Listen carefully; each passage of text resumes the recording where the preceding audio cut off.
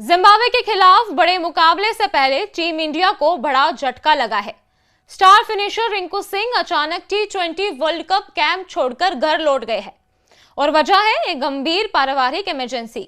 दरअसल रिंकू सिंह के पिता की तबीयत अचानक बिगड़ गई है, जिसके बाद रिंकू तुरंत टीम कैंप छोड़कर घर रवाना हो गए हैं। रिपोर्ट्स के मुताबिक उनके पिता ग्रेटर नोएडा के एक स्थानीय अस्पताल में भर्ती है।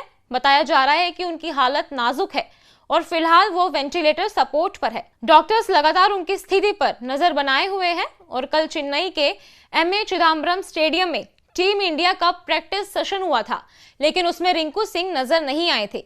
बाकी सभी खिलाड़ियों ने अभ्यास में हिस्सा लिया, लेकिन रिंकू की गैर मौजूदगी ने फैंस की चिंता को और बढ़ा दिया है, क्योंकि वो टीम के अहम फिनिशर माने जाते हैं। T20 वर्ल्ड कप 2026 के सुपर 8 में भारतीय टीम को 26 फरवरी को जिम्बाब्वे के खिलाफ चेन्नई में अहम मुकाबला खेलना है। ऐसे समय पर रिंकू का कैंप छोड़ना टीम संतुलन के लिहाज से बड़ा झटका माना जा रहा है। हालांकि परिवार पहले है और इसी मुश्किल घड़ी ने पूरे देश रिंकू और उनके परिवार के साथ खड़ा है। अब बड़ा सवाल यही है कि रिंकू सिंह टीम से कब दोबारा जुड़ेंगे। वहीं इस बारे में अभी तक BCCI की ओर से कोई भी आधिकारिक बयान सामने नहीं आया है।